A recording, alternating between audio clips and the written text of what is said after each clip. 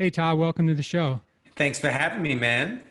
It is such a pleasure to have Tah Whitty with me. I first learned about Tah on the Mike Dillard podcast. I was listening to Mike talk to Tah, and it was one of those times when when you know you're in the presence of a special person, and I'm not trying to build you up here, but when you, even before you started talking about what you were really there to talk about, you started talking about this you know your experience as a nurse and how you could interact and even to the point of smelling people and getting a sense of what was going on inside of them, which you then of course served you well as a nurse, but then also sort of became a career for you based off of that. So anyway, that's why I reached out to Tah, because I listened to this podcast and I was like, I got to try to interact with that guy,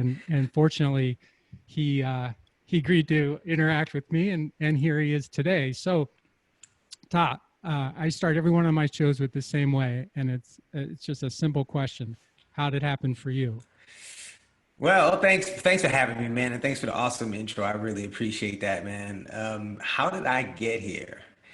So it was a pretty long, intricate, arduous process of being in a space as a child where I felt like I was a mistake.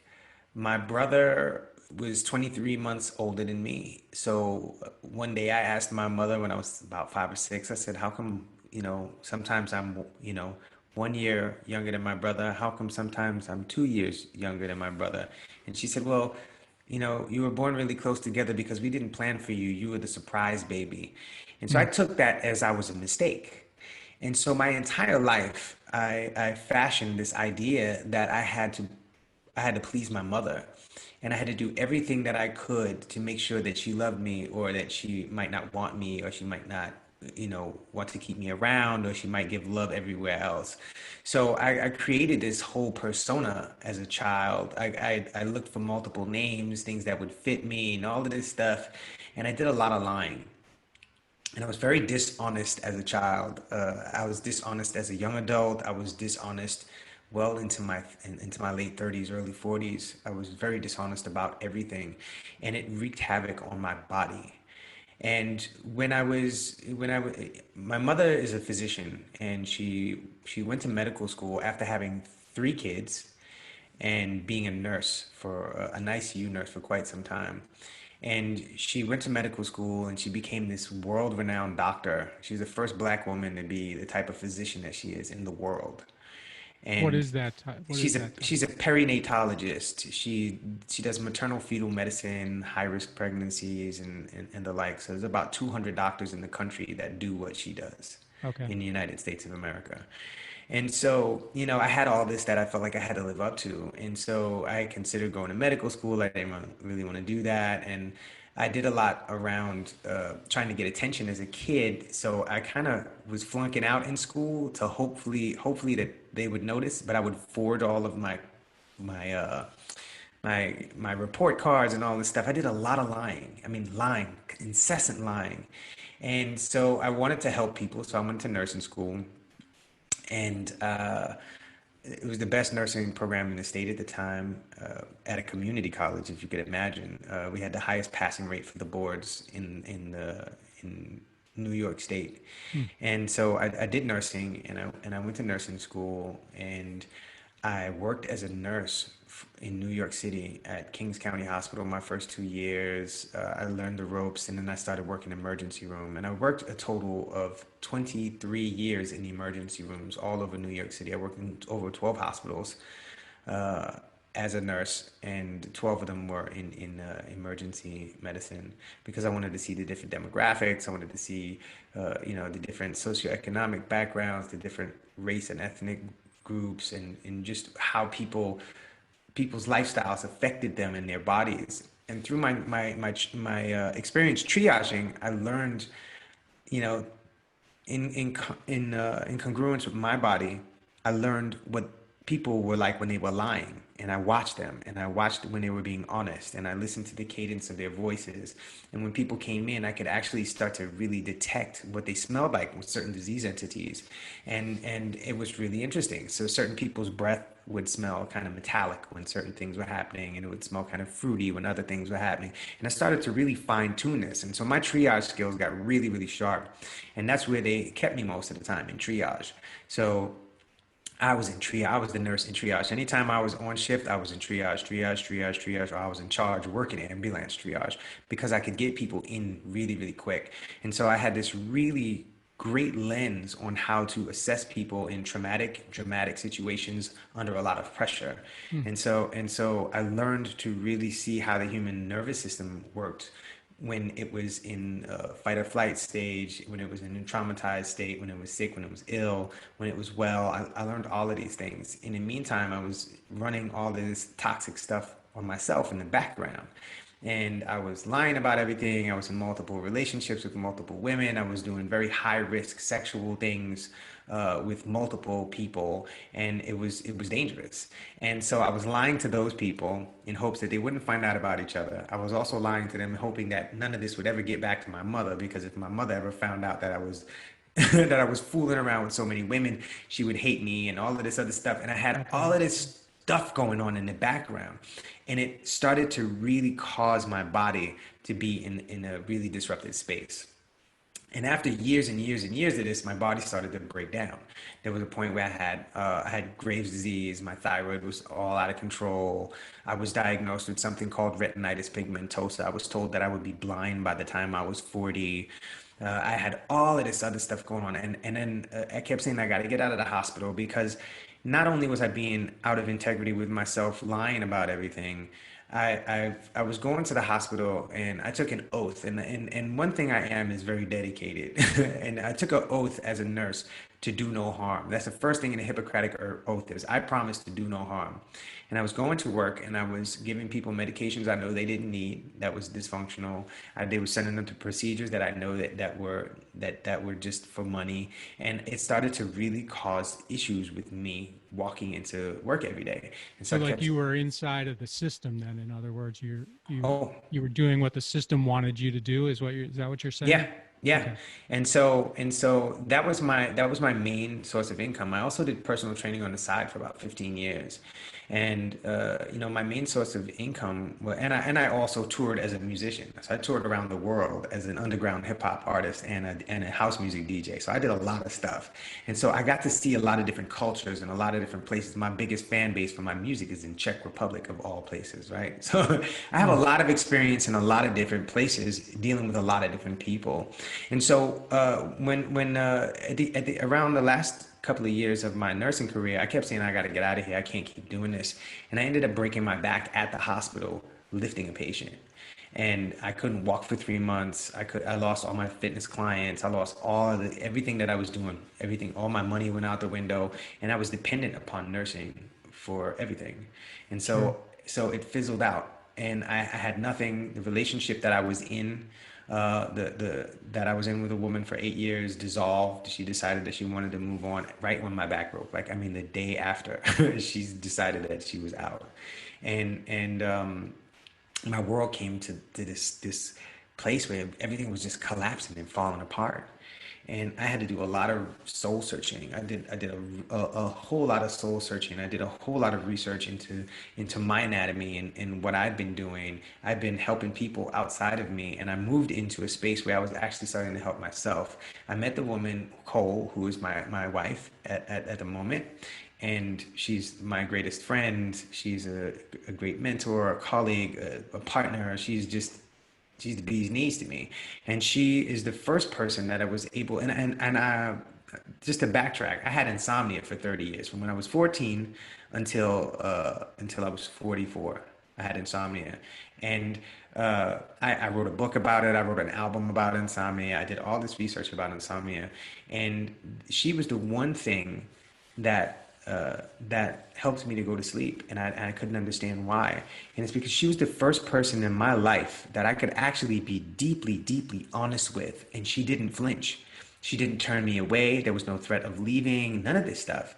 So As she allowed me to be myself without judgment, without any fear, my body started to calm down and I started to go to sleep. I slept for the first time. I slept for 6 hours for the first time in and as long as I could remember. I was sleeping 3, 4 hours tops a night. So I started sleeping better and I was like, what's going on with this? And so I started to look into why my body was so relaxed around her. And it was because I was able to be honest. And so I started looking into honesty and how dishonesty causes us to posture a certain way. So if somebody tells you to sit up straight and that's not how you want to sit, you have to kind of force yourself into that posture. And then it becomes a habit. So your body will hold the posture.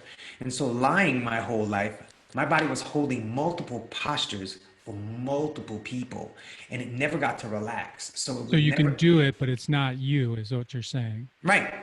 Yeah, okay. Right, you can do it, but it's not how you are in your truest authentic self. So I was lying about everything. So I was unable to relax around any person because I was trying to. My body was delineating what stories I had to put together to make sure all of this stuff was going on. And so my extreme lying about everything. I mean, and just not just lies, but just dishonesty in how I presented myself. I would go to places and be like, "Yeah, I'm happy to be here," and I really couldn't stand it, and just stuff like that, man. It was really, you know, inauthentic. And so as I started to become more authentic around Kole, my body started to relax and all of these pains and aches and stuff that I was having in my body was just vanishing. Like things were going away. My eyesight started to rectify itself. And all of these things started to come together. I started to become more and more honest and I started to tell people things that I had been hiding for years. And I just started coming out the closet with all this stuff to my family and friends and people that I was lying to. And I would call these old girlfriends up and be like, look, I just want to let you know that I appreciate you holding the space for me, but I've been lying about a lot of stuff. And I just want to let you know that none of this is your fault. All of this is around, my lying situation, and I'm looking to move past this. I just want to let you know that, if I was gaslighting or caused you to feel a certain way about something, I just want to let you know that I am assuming responsibility for this stuff so that you can move on and I can move on with our lives. And as I started doing this, all of this stuff started to lift off my body and things just started to remedy themselves. Body fat started melting off, cravings for junk food, cravings for stuff with dyes in it, craving for high sugar foods, all this stuff went out the window and it was just like melting off. So I started to explore this stuff with the clients that I was working with. And I was doing personal training and kind of coaching in the background when after I got my back and everything situated. After 3 months, it took me about 6 months to really get myself back into a space where I could actually exercise. And so after a year, I started taking clients back on. And I would only do one-on-one clients and I would have them in a locked door session. And it was awesome. And I would have this mirror. And I would put them in front of the mirror before every session and I would be like, talk to yourself. And I would watch them talk to themselves and address themselves and see if they, do you tell yourself you love yourself, talk to yourself. And they would talk to themselves for the first 5, 10 minutes of the session. And I would find things start to show up when they couldn't be fully themselves. Their bodies would start to posture certain ways. And so I started to watch. And so during the sessions, I would have them do bicep curls or do bench presses or squats or whatever. And I would ask them questions about whatever I saw disrupting them in the mirror. And it would cause the body to kind of move into these weird spaces. And I was like, oh, this is crazy. And then comes back in the smell situation where I started to smell things. You could tell a lot from a person's sweat. So as they're working out and I asked them questions, the smell of their sweat would actually change because their hormones would shift. And so I would start to see these little nuances in it, and I would write, I have notes and notes and notebooks full of stuff on all my clients that I worked with because I was doing this research and I was like, this is intriguing. And so I started to really talk to them about this stuff and get them to release and tell them that they're safe to emote and express themselves in the sessions. And so they would start working out and they would cry or they would yell or they would do whatever. And then the imbalances would start to straighten up. And people were coming off of diabetic medications, their high blood pressure would come down, people's skin would start to clear up, and they had this safe haven that they could express themselves and start to be honest. And so I was like, man, this is crazy. All of this stuff that I had learned about the body, about nursing, about anatomy, physiology, microbiology, pathophysiology, kinesiology, all of these things started to come together. All of them started to coalesce. And so I started to really lean into asking people questions. Hey, what is this for you? How is that? And their body, based on their body's posture and how they would show up, their skin moisture, their skin temperature, the skin color, all of this stuff started to be markers for me to just lean in, and my body is responding to them. So I would lean in and ask questions, and their questions would come to the surface, and I could tell if they were not being honest or not. And so I'd be like, "Are you sure?" And a lot of times they'll be like, I wasn't being honest." And then as they got honest, their bodies would settle, and they just had this whole thing around being honest with me. And so this opened up a whole chain of things for me to start working with people on as I started to coach folks. And I started to coach folks into a space where they could be really, really honest about themselves and start to understand the societal programming that they've been programmed into. So we're all programmed. I say we're all brainwashed. We just, who's doing your laundry? Are you doing it, or has it been done for you? And those people are still doing your laundry from the past on autopilot. And so once people can start to recognize the brainwashing that they've had since they were children, they can start to unravel that and see what their truest, honest selves are. If a person tells you, no, that's not how boys dress, and you want to dress a certain way, you are still moving into a societal construct or a construct of someone else that tells you how boys should dress, or how men should act, or how women should act, or how whatever. And so if you really want to do something and you're performing for society, it's dishonest. It is the foundation of inauthenticity. And so even if we have society, and society is normalized, but it's not natural. It is normalized.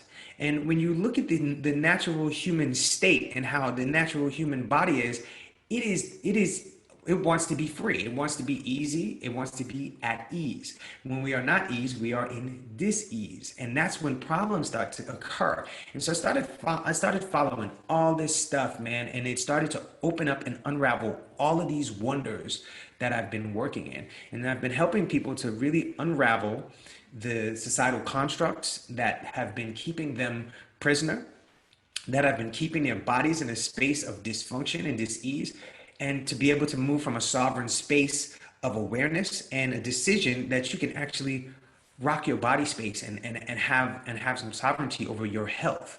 And that's been the magic space for me, man. That's how I got where I am in a nutshell.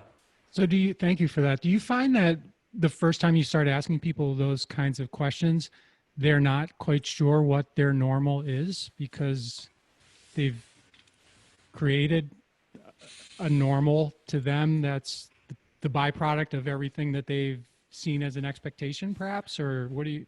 Yeah, I mean, they know what their normal is. They don't know what their natural is. Got it. Okay. And Yeah. so there's a difference between natural. Like when we are born, we're born naked, right? And then they slap clothes on you and a blanket on you immediately. That is not natural. That is normalized. When we put people in pants and shirts, we consider that normalized. If a person walks out into the street naked, that's not normal. What's wrong with that person? Yeah. We start to talk about something is wrong with the human body, and this is not normal. I mean, this is not natural. The human body does not have clothes on. The human body is naked. And so we normalize clothes and we put a shame device on top of it so that people keep their clothes on because the human body is a threat to other humans. It's a threat to children. It's a threat to women. People don't want to see that. I don't want to see your genitals. I don't want to see your stomach. I don't want, so there's a shame device that's attached to it that keeps people underclothed. And so this is not a natural. It is a normal. And so most people don't even know what their natural is because they've been so normalized into societal situations. And we have the foundational societal construct in the work that I do is the identity. And that's I am who I am. I believe I am who I am.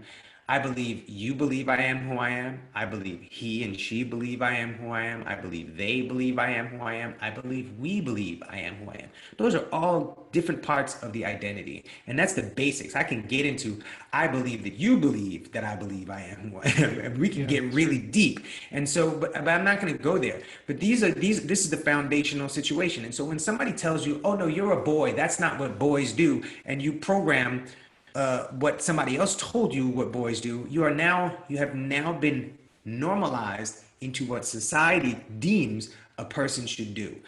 Regardless of how you feel, regardless of what you want to play with, regardless of what you want to eat, we are all being normalized all the time. We are brainwashed, you're brainwashed, I'm brainwashed, we are all brainwashed. Who's doing the laundry? And so when you can decide what you want to be performing in and then put yourself around people who can keep you safe in that, that's when your nervous system can calm down. That's when your body can actually get into a space where it's healing itself. And that's the space that I work deeply in.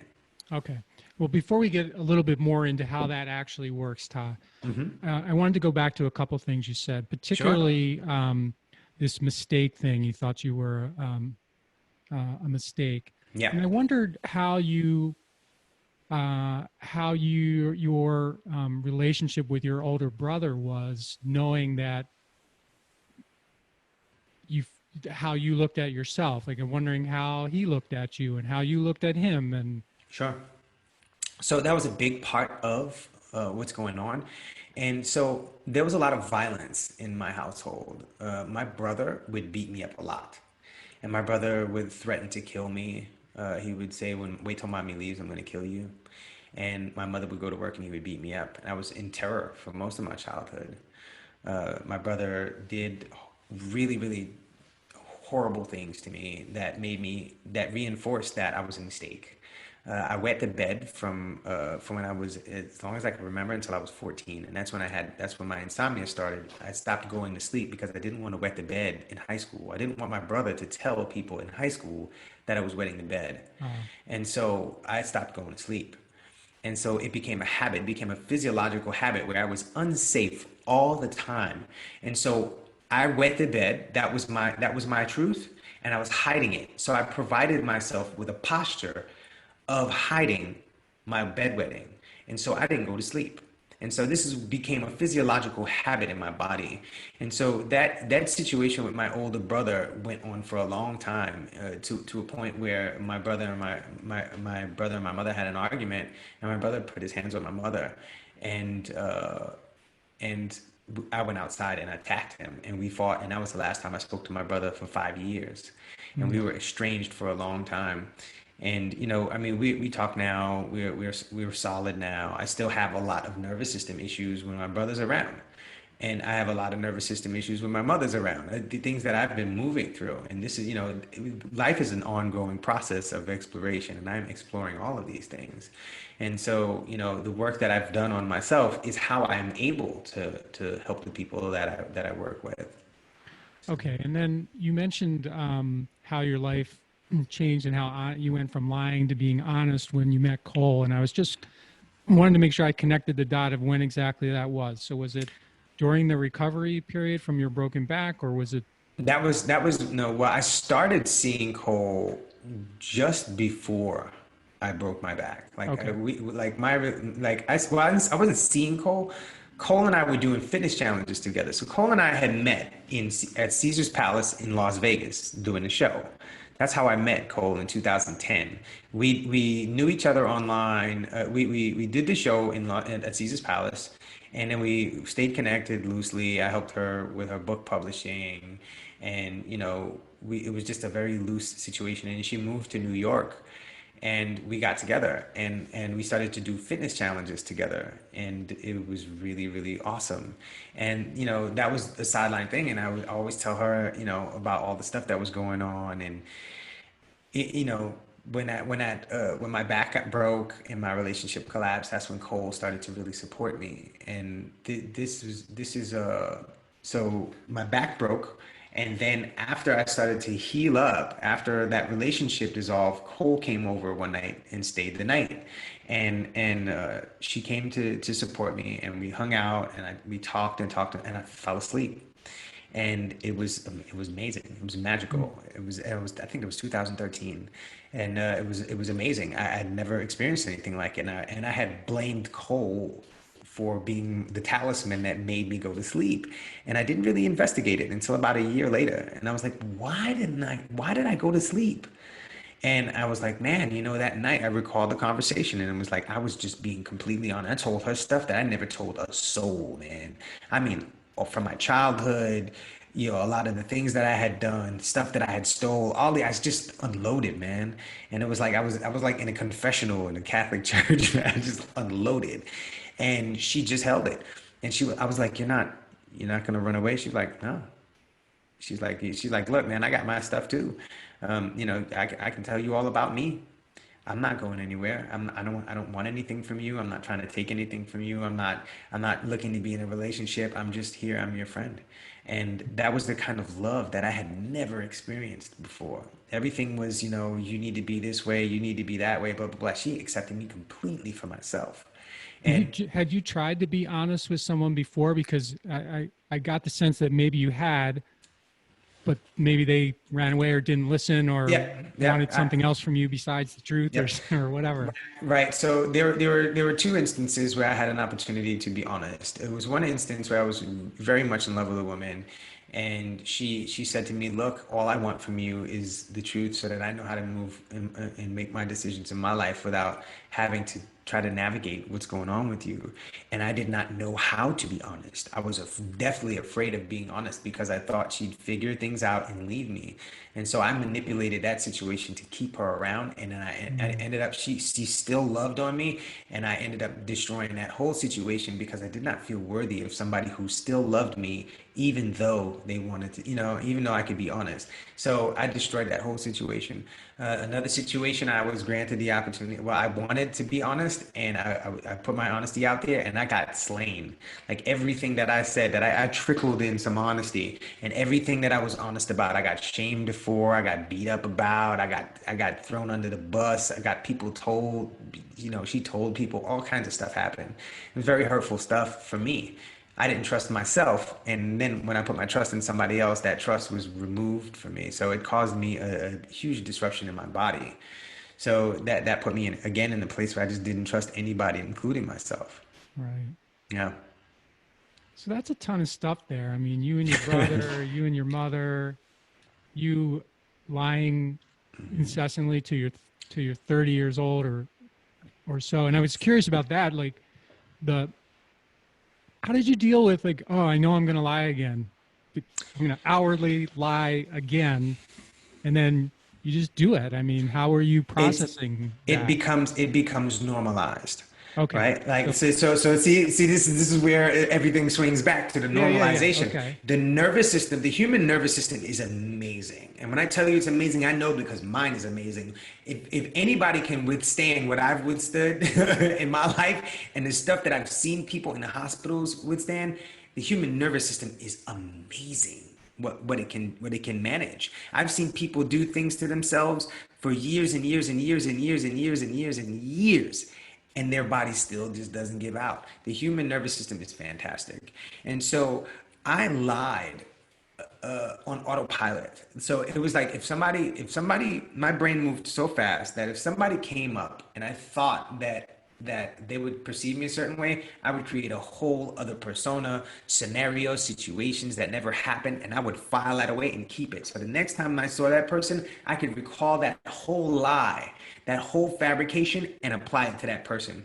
And then I could apply it to that person, and if other people that I knew came around, I could manipulate the situation so that everybody was in tandem and on the same page. Okay. There's a lot of work, bro, a lot, and it's a lot of work for a lot of different people. And I was dealing, like I said, man, I was doing nursing, I was doing fitness, I was doing music, right? So I was doing music. The first 10 years of me doing music, a lot of my music was a bunch of lies. Like it was all inauthentic stuff that did not represent who I was. So my music was a lie, the lyrics were a lie, the stage show was a lie, everything was a lie.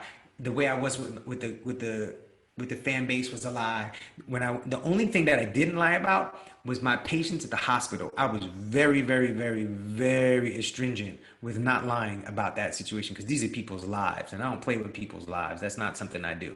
But I mess with the truth, right? That's what I did. And so, being able to just right now, it feels awesome to be able to say I was lying, right? Because I Yeah. was afraid to be seen as a liar. Like right now, I don't care what anybody thinks about me, man. I mean, I care, but I don't give a shit. I really want people to know that lying is not just dysfunctional for the people outside of you, it is dysfunctional for your physical organism. And so that lying on autopilot became this automatic. I didn't even think about it anymore. Everything was just a lie. Whenever I saw my mother, lie. Whenever I saw my brother, lie. Whenever I saw the girlfriends I was involved with, lie. Everything was lying. Where were you? I was here.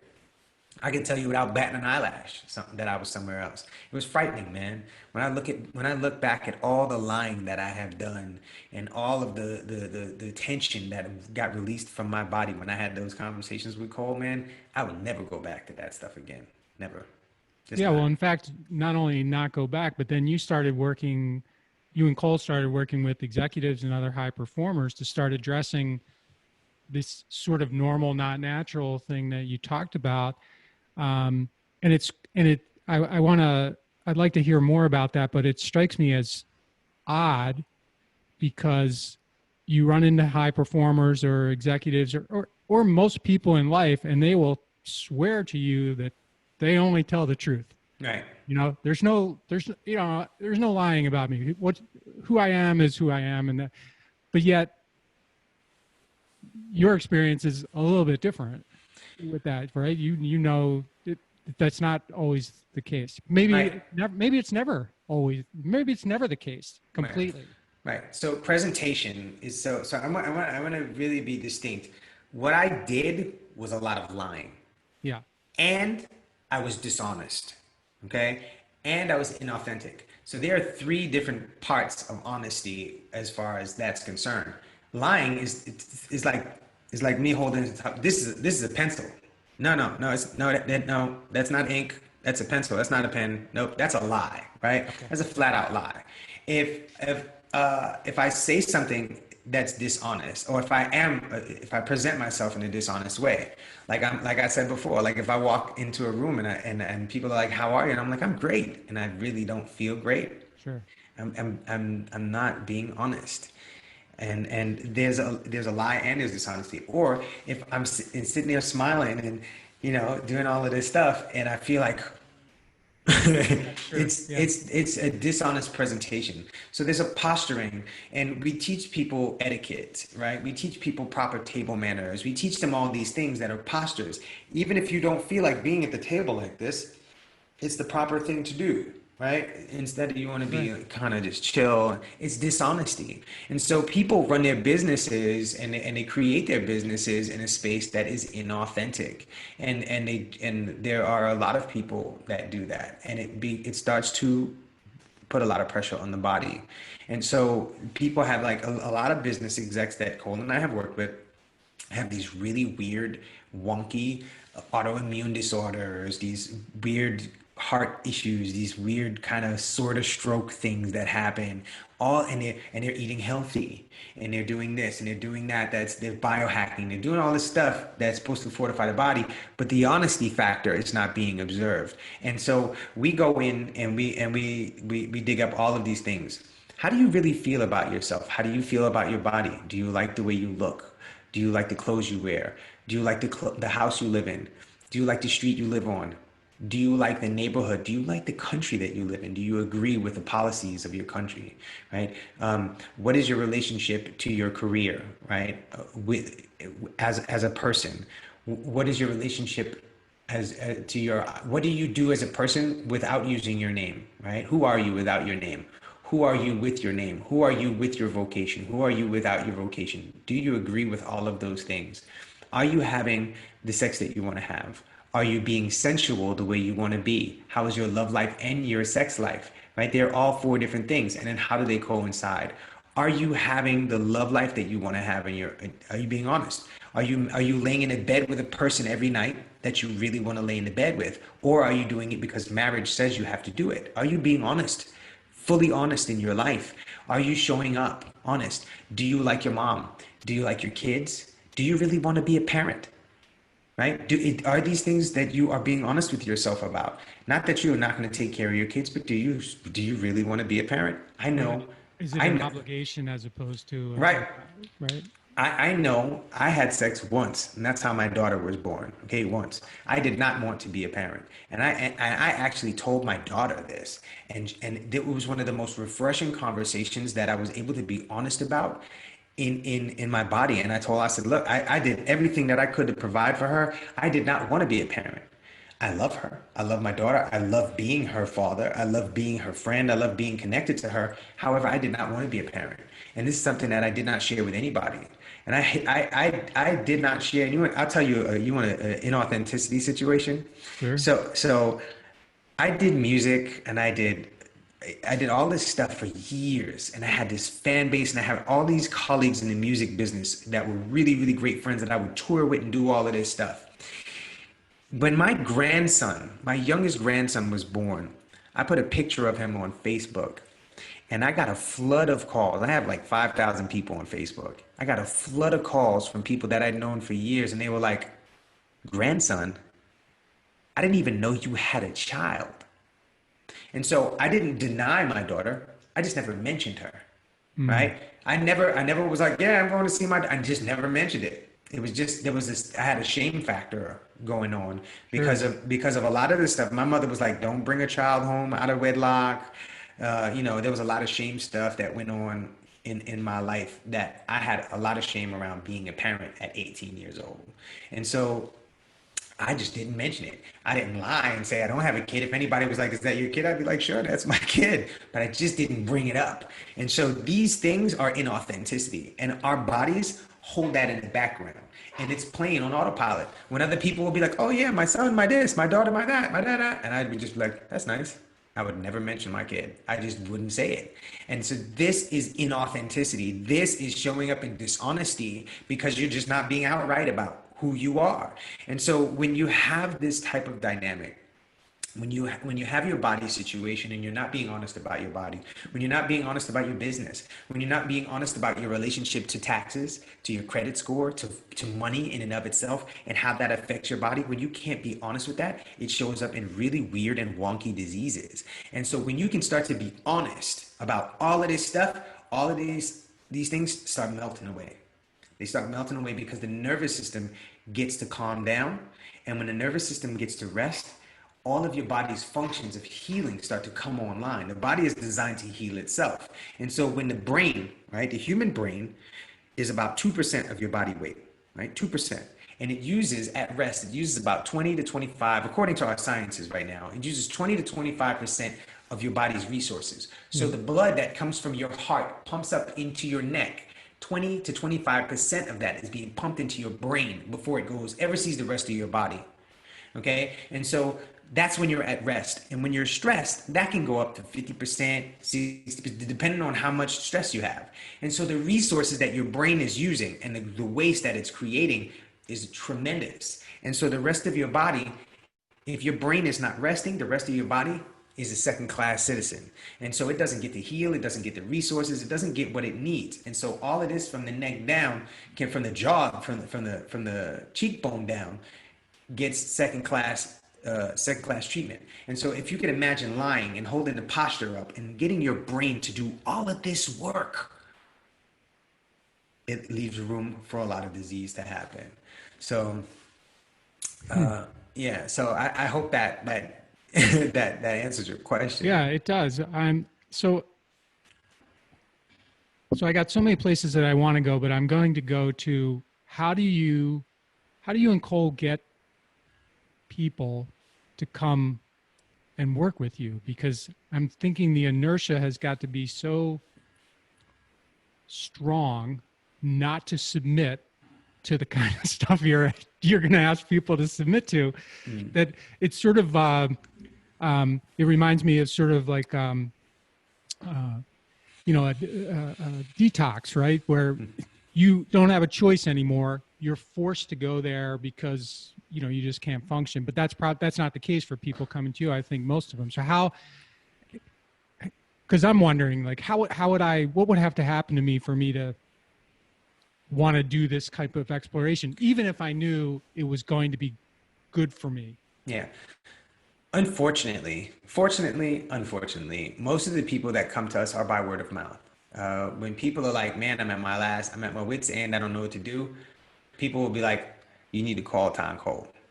Call Tah and get on the phone with him and talk to him. Just get on the phone. What does he do? Just get on the phone with them. A lot of my clients are physicians, are nurses, are business execs, people who are entrepreneurs, online influencers, people who really interact with a lot of people and they're doing a lot of systems work. So they've got a lot of brain stuff going on. So they usually end up in the hospital with some weird wonky disease or some abnormal lab results, and they're doing all the protocols and nothing is changing. And so somebody ends up saying, man, I did some work with them, call them up. And we get on the phone and we talk about it. And, I don't rush anybody off the phone. We sit and we talk because, your emotions can't be rushed. They can't be there. It's not a convenience factor. We get on the phone and we talk about it. And if it feels like a fit and it feels like it works for both directions, then we work together. Working with me is a very involved process.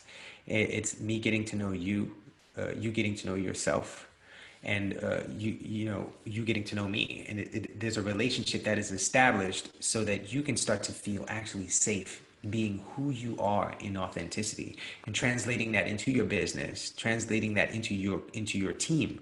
Being able to be honest with your team is very important. Transparency with your team as a corporate person, as an entrepreneur, as a physician, being able to be honest with your team is really important so that they feel at ease, so that they're bringing everything to the table that they possibly can to serve the clients that you're serving.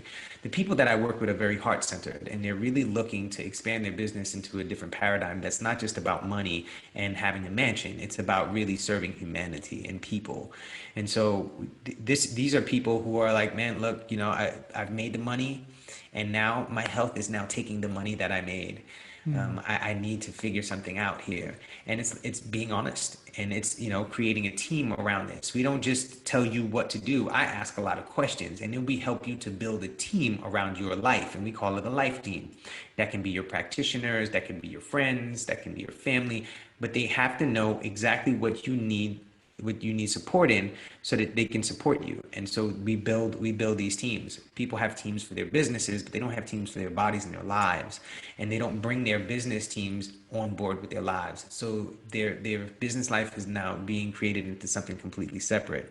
And with all the work that we do, we are very much about an integration of the human organism into a lifestyle, an integration of the human organism into a business, the integration of a human organism into society. And this means inclusivity. And so, part of what I'm working on right now with the whole racism thing is showing people how to become inclusive, not just recognizing the diversity and the differences of your race, your gender, whatever, or your business structures, or what part of the business you're working in, but how all of these things have to be included, and know all of the inner workings of all these parts so that they can work in a cohesive fashion.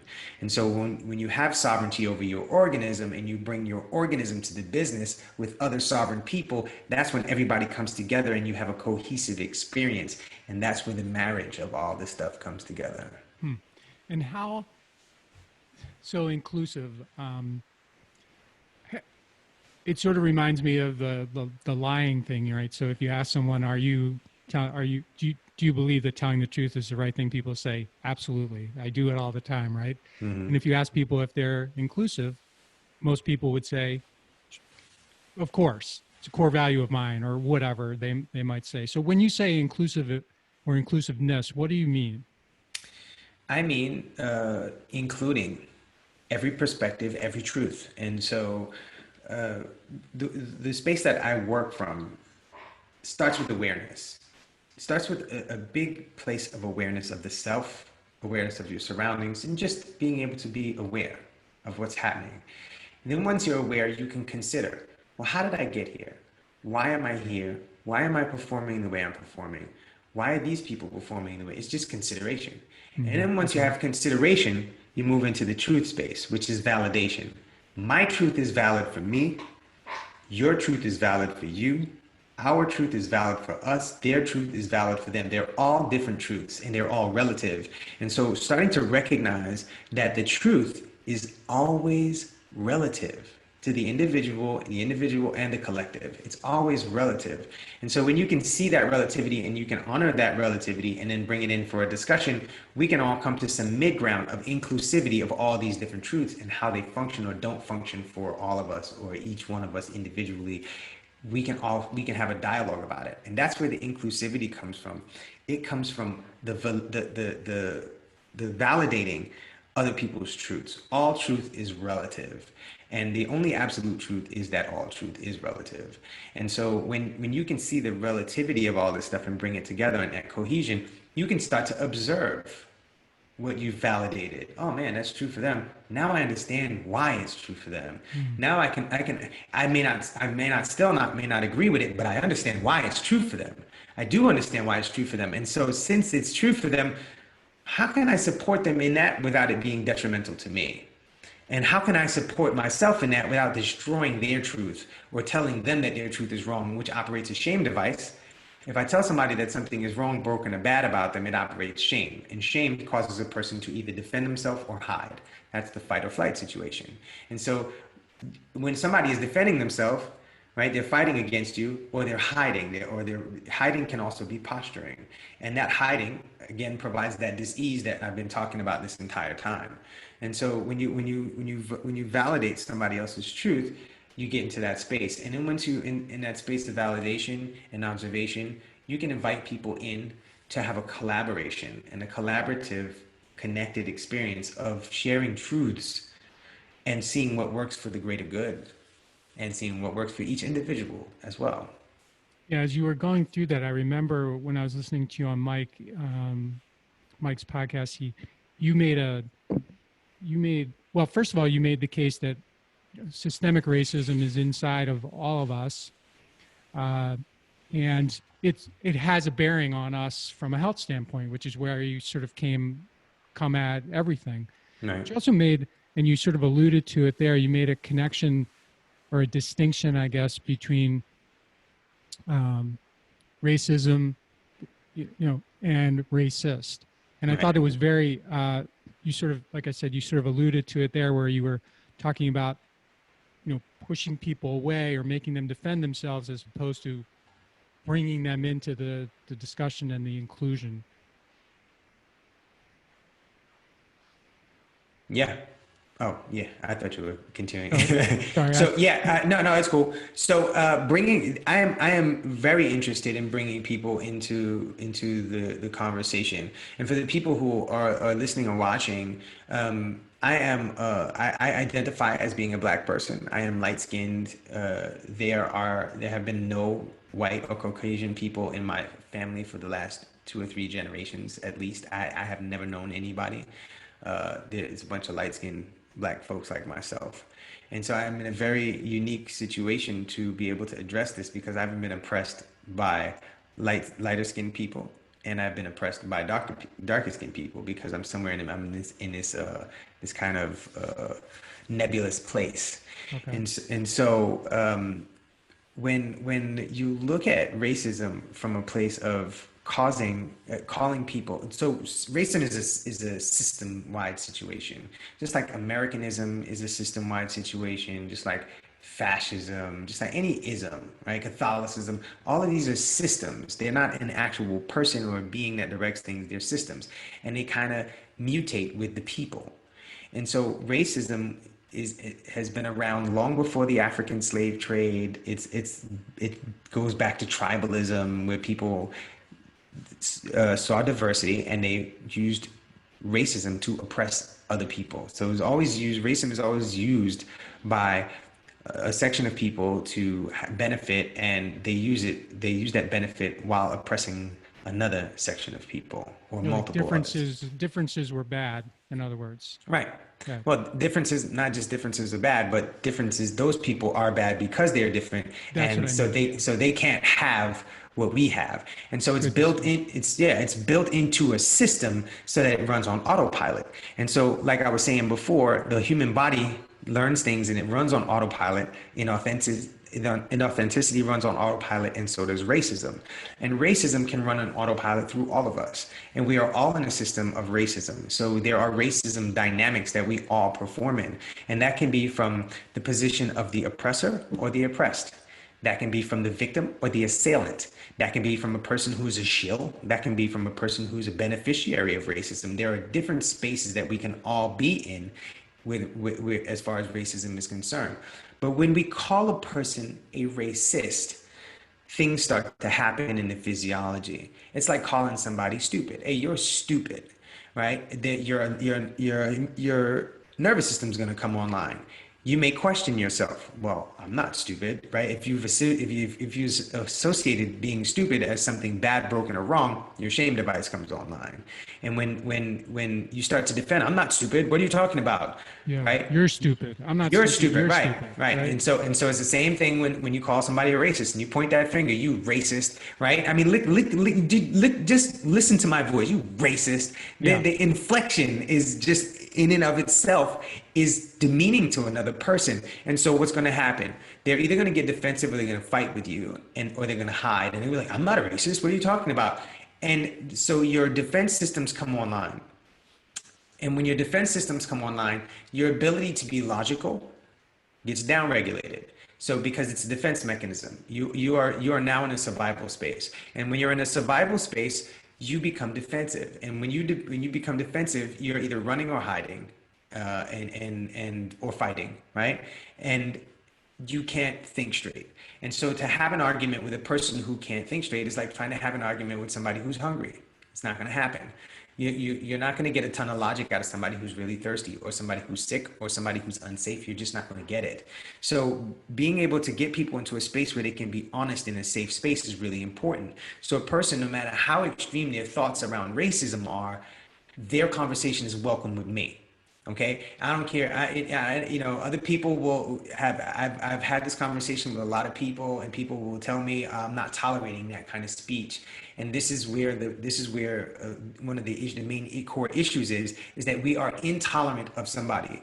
And racism in and of itself is a system that is designed to create intolerance. So to fortify intolerance by separating racist people from the conversation is actually racism working to keep separation going in the background in a mutated, highly evolved way.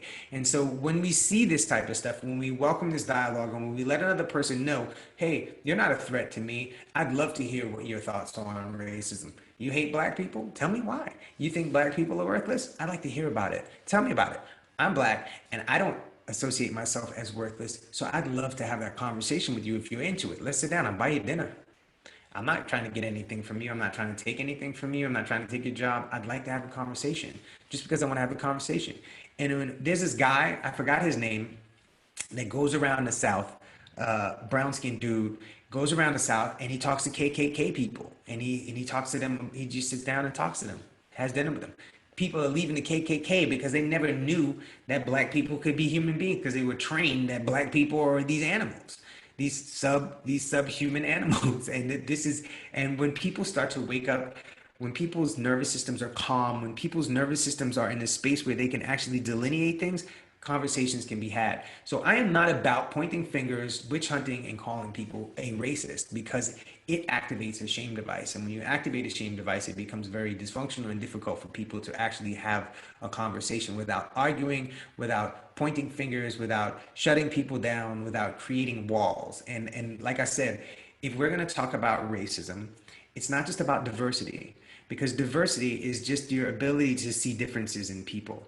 And diversity without inclusion is the breeding ground for racism to flourish, because it leaves space open. Because, oh, look, there's some black people over there, let's not talk to them. Or there's some white people over there, they're going to discriminate against us, so let's not talk to them. This is racism. It is the ism of race. It is the system of recognizing diversity and in using diversity to keep people apart. I want to use diversity and inclusion. I want to include people, everybody, in the dialogue. And so that's what I was talking about on Mike Dillard's podcast. Okay. Mm-hmm. And once you get people in the dialogue, let's just say, these executives or high performers. You get them into the dialogue, like you get them into the dialogue about everything else about themselves. Where does where does that lead, or where do you hope that leads to, or what's the goal with that? How does it make progress for everybody? Well, making progress for everybody is if a person comes to me and they just want someone to cover up what Mm, they've said, like, so the program that I have right now is called Rated R. And it's mm, about being, it's for people who have been rated as a racist, or who are afraid of being rated as a racist, or they know somebody else who's being rated as a racist and they want to help them. So, uh, you know, if somebody is just looking to look, I don't want to be seen as a racist. I want my business to flourish, but I'm not interested in changing anything. This is not the person to come to. I really want to get people to be able to recognize that racism is a system. And if we're looking to be anti-racist, or pull racism out of being the mainstay of our standard operations, that there is an awareness that you have to at first acknowledge. You are aware that these things are actually going on, then see with consideration how you are involved in it. What is your position? Are you a covert racist, or a person who participates in covert racism? Are you a person who is overtly in racism? Right? Are you a person who is a racism oppressed person? Are you an oppressor? Are you working from a place of oblivion and you're doing things to participate in the racism structure and you don't even know about it? Can we bring this stuff to light? Can we bring these things to light so that you can see them? And once you have that consideration, then you move into that space where you validate, okay, this is my truth. I wonder what this person's truth is. Let me see what that person's truth is. Let me start to bring in these things and start to really observe. And once I observe all of these things and see what's going on, I can decide what I want to do about it.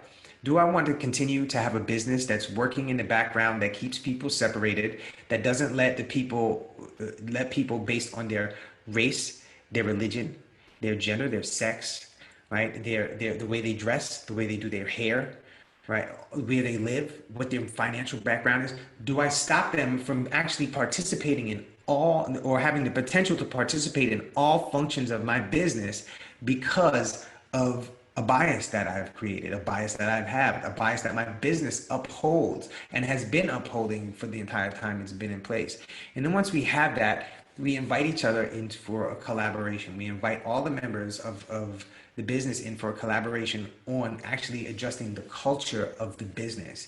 And when the culture of the business is of inclusivity, everyone is included. Everybody has access to the books and the financial records, and they can see what's going on in the business. Everybody has access to each other and can have conversations. If there's a board meeting, we make the board meeting open. Everybody can come sit in it. The officers may be at the table talking about stuff, and if anybody has anything that they want to add, it may be something valuable. So let's bring it in. And if that person is in a space where they could actually shift things, let's move them to a different position and get them into a space where they can open up. There's all sorts of ways, but that's a very generic way that we work with people in this stuff, is really getting them to start to integrate inclusivity in their business structures. hmm. And that sounds phenomenal, by the way. Thank you. I'm The only thing that got me there a little bit was board meeting and having it open. That seems like a public meeting. And then I thought to myself, boy, you really have to be inclusive to be willing to have board level conversations in front of everybody, right? I Yep. mean, that's a big. Yep. But I mean, you set boundaries, and listen. We need everybody to listen and see what we're talking about, and then we will open the floor for discussion. Yeah. We'll open the floor for discussion, but we really need this to be quiet so that this can happen. But when you're in this space where everything is this covert, you have this behind the doors VIP situation. It's exclusivity, and when you are exclusive, you are not being inclusive. And so Yeah. this is and so if we're looking to change the way the world is, we've got to change things we got to change the way the world is. And we've been working in an exclusive fashion for a long time. And board meetings are exclusive. And our government is exclusive. Like they have all these exclusive closed locked door meetings where people are not aware of what's going on. What I want to be in the room where it happens. I want to be in there, and I'd like to know. I'd like to know what's going on with my finances, with benefiting or disrupting my family. I want to know what's going on with the other people that I work with. I want to know, Sure. and so having that inclusivity, I think, building that in, you know, is really really important, and it's been awesome for the people that we've been working with. It's been awesome for people to actually get into a space to start to learn how to grow thick skin in regards to racism and being called a racist and having people point fingers and stuff. And then starting to be authentic and being like, look, cool, I was called a racist. I said some stuff that I didn't realize, I didn't even know it was insensitive, or you know what? I was insensitive. And now I'm starting to see things differently. I'm starting to wake up. I invite y'all to wake up with me because I'm going to talk about all the things that I'm learning. And you know what? I was in a place of oblivion. Now I'm really looking to make this happen. So I understand some of y'all heard some of the stuff that I said before, and you want to cut me off, or you want to cut me down, or you want to kill me, or whatever. I get it, and I'm just telling you that this is the work that I'm doing, and you can rock with me and see how I progress, or you can leave me alone. I completely get it, and your feelings are valid. Your feelings are welcome here. Your dislike of me is welcome here. Your like of me is welcome here. It's all welcome here. I am an open book and I'm ready to put this stuff on the table and I'm ready to shift the planet. So if you're ready to shift the planet with me, then let's go. One of the things that I was thinking, getting back to earlier when you were talking about lying and then becoming honest with Kole, and then you went and you talked to some people that you had not been honest with before, and I was trying to relate that to the discussion about racism, and am I do I have racism in me, or whatever, these conversations that you have to be inclusive.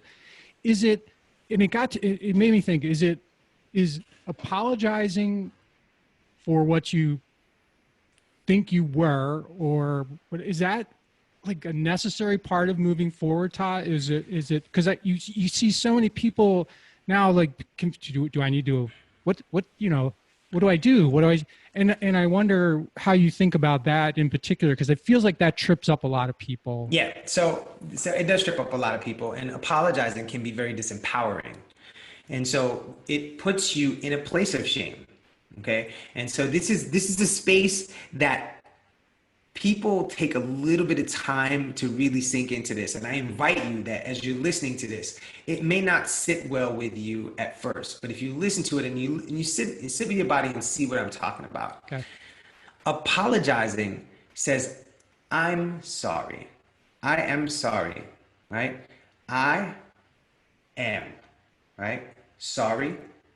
When you're sorry, there's a dysfunction to you. Something you did something wrong, right? So I am sorry, as opposed to thank you, right? Thank you for understanding that I did something that doesn't function and it was not my intention, or it was my intention and I see that, and I see the dysfunction in it. And I would like to move into a different space of functioning. So thank you for teaching me. Thank you. Right? When I step on somebody's foot, I don't say I'm sorry. I say, hey, thanks for understanding. I didn't mean to hurt you. Are you okay? Is there anything that I can do to support you?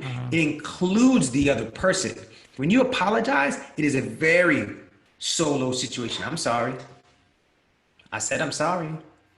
I am taking it on. I'm owning that I'm sorry. I am sorrowful. I'm in a sorry space. It Right. does not include the other person. When you thank a person, listen, thank you for bringing this to my attention, or thank you for understanding that I didn't mean that, whatever it is, right? And murdering somebody, hey, I don't know how to apologize for that. Okay. I don't know anybody who is a murderer. I've talked to murderers. Okay. As a nurse, I have talked to murderers, and I have talked because they wouldn't, the other nurses wouldn't deal with it. I worked at a hospital in downtown Manhattan where I dealt with a lot of federal prisoners. I worked at Kings County where I dealt with a lot of we had a prison ward in the hospital, and I dealt with a lot of these folks. And I would ask them questions. I'd be like, man, what are you in for?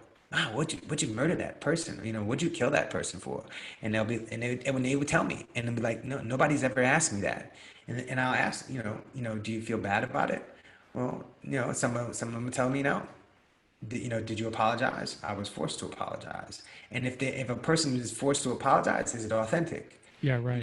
When you thank a person for, and to take it off the murder situation, when you thank a person for their attention, when you thank a person for the harm that you've caused, hey, thank you for withstanding this. I'm gonna do what I can to remedy this.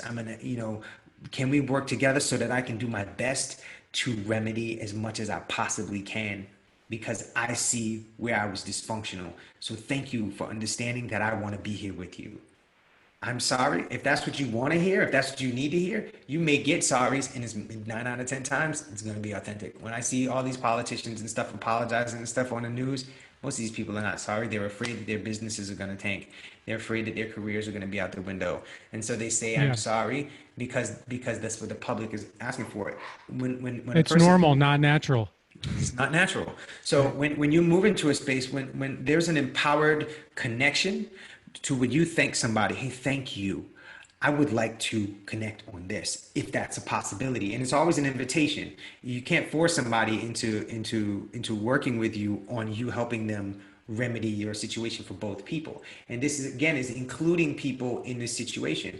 Most people who have had wrongdoings done to them, they don't want to hear it from the other person. They don't want to hear it. Mm. It's kind of like the whole racism situation where there are a lot of white folks who are trying to jump on the bandwagon and help black folks, and black folks don't want help. And it's like, Right. dude, we've been slaves and oppressed for all this time. I don't want your help.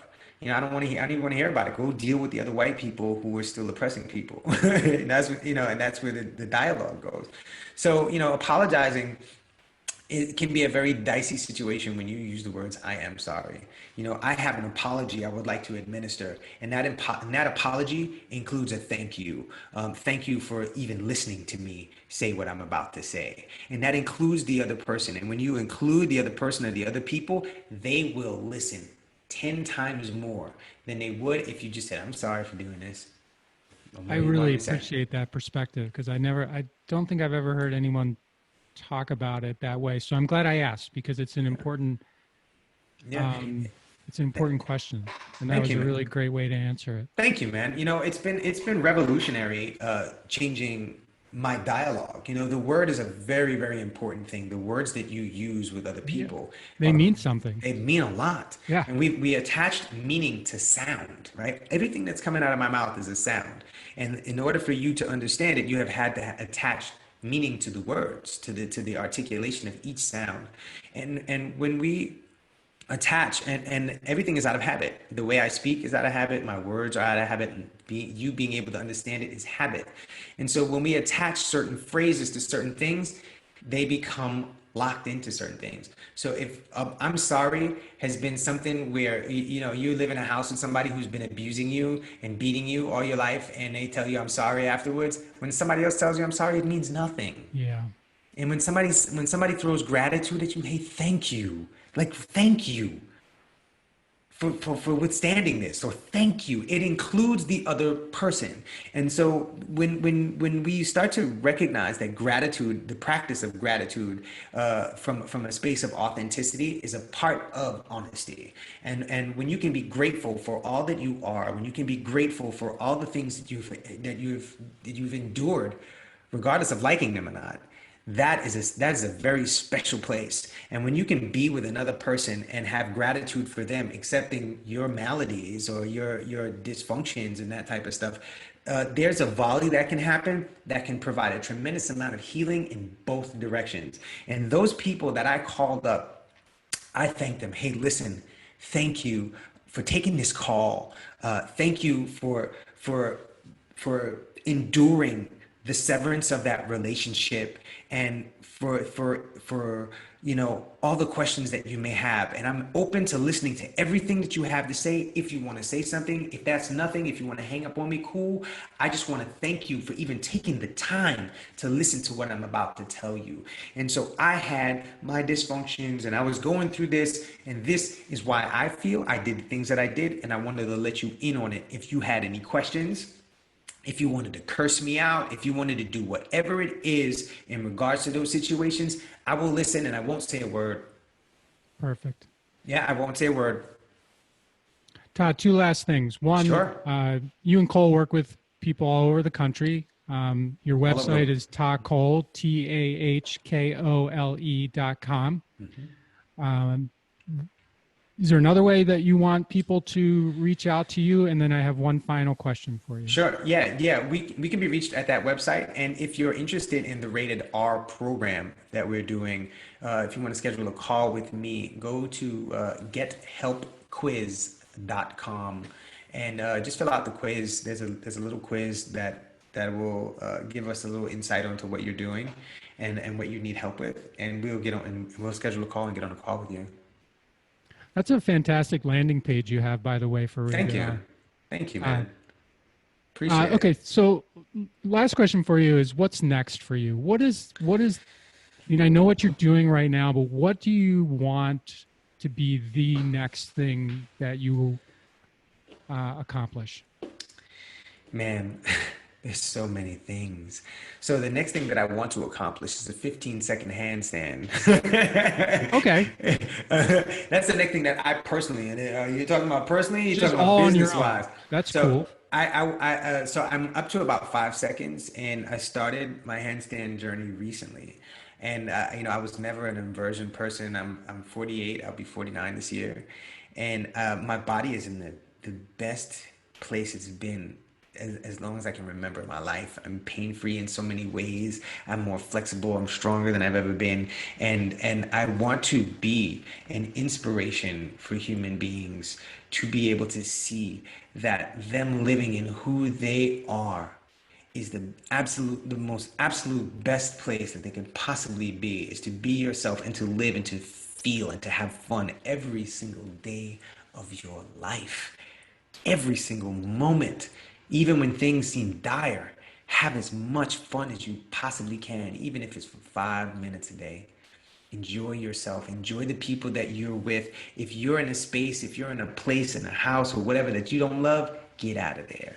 And so what I'm really looking to do moving forward is to start having gatherings of people so we can talk about and discuss this buy-in at large and see how this affects the physiology and how people can reprogram themselves and show other people how to reprogram themselves, and we can bring this world into a place of connected sovereign individuals where there's not a system overarching us. There are people that create systems to help the integration of all the sovereign beings on the planet Earth. Okay. That's a little bit bigger than what I looking to accomplish next. But Well, I mean, I will be on the, if you're willing, I will be on your 15-second handstand team. okay.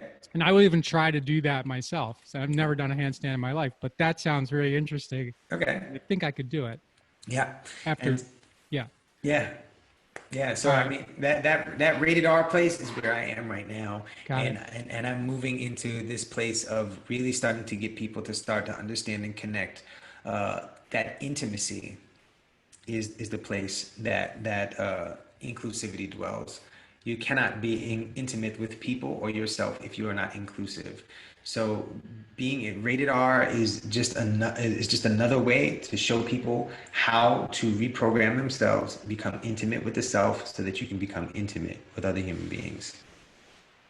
Tah Whitty, thank you.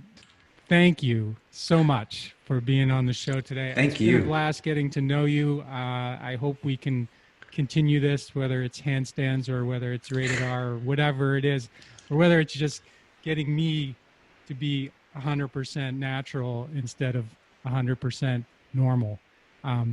They're all things that I'm interested and excited about. So thank you so much for being here today. Thank you so much for having me, brother. I appreciate you.